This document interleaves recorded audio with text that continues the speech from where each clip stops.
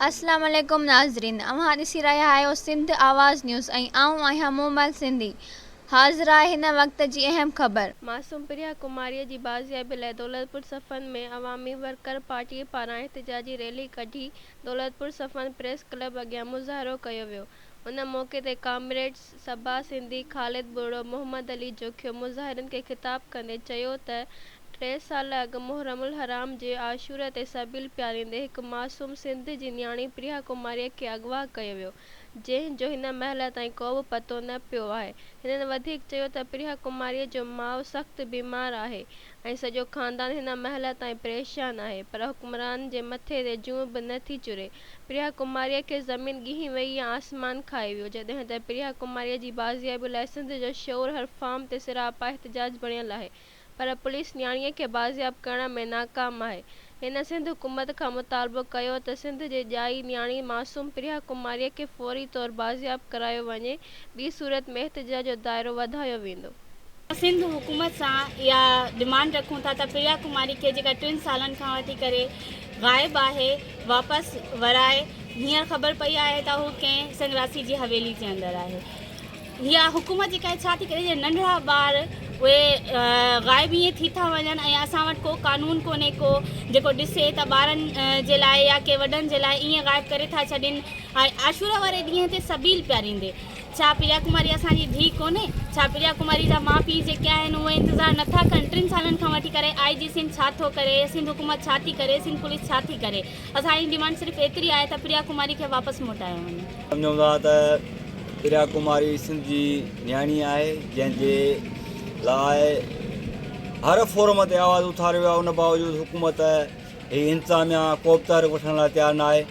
आख़िर हीअ असीं पुछूं था त उनखे ज़मीन ॻिही वई या आसमान जो प्रिया कुमारी जो को पतो नथो पवे।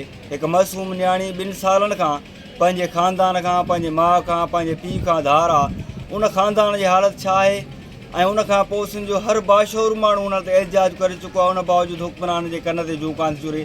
असां मुतालबो था कयूं त प्रिया कुमारी खे फ़ौरी तौरु बाज़ियाब कराए ऐं उनखे माइटनि मञा बेचैनी ख़तमु कई वञे। साथ हाणे WDF जा मेंबर ऐं मुंहिंजी पंहिंजी फैमिली, मुंहिंजियूं पंहिंजियूं बि प्रिया कुमारियूं आयूं आहिनि ऐं आउं बतौर वालिद छो नथो ईअं महसूसु करे सघां त प्रिया कुमारी ॼण मुंहिंजी धीउ आहे। असीं सिंध जा माण्हू न्याणी जे हिसाब सां एतिरी मुहबत बि रखूं था ऐं पोइ असां इहो छो न सिंध जे शऊर खां सुवालु कयूं त न्याणी जंहिं लाइ हू वॾो मान मर्तबो रखनि था उहा ग़ाइबु आहे ऐं कुझु इशारा आङुरियूं बि लभनि थियूं, धरणा लॻनि था ऐं हिकिड़ा मख़सूस माण्हू आज़ादु थियनि था ऐं हिकिड़ी मासूम माना उनजी ॾोह आहे त हू न्याणी आहे, उनजो ॾोह आहे त हू अहिड़े धर्म सां थी रखे जंहिंजे करे उन्हनि जे धर्म जे बारे में केरु आवाज़ु कोन उथारींदो।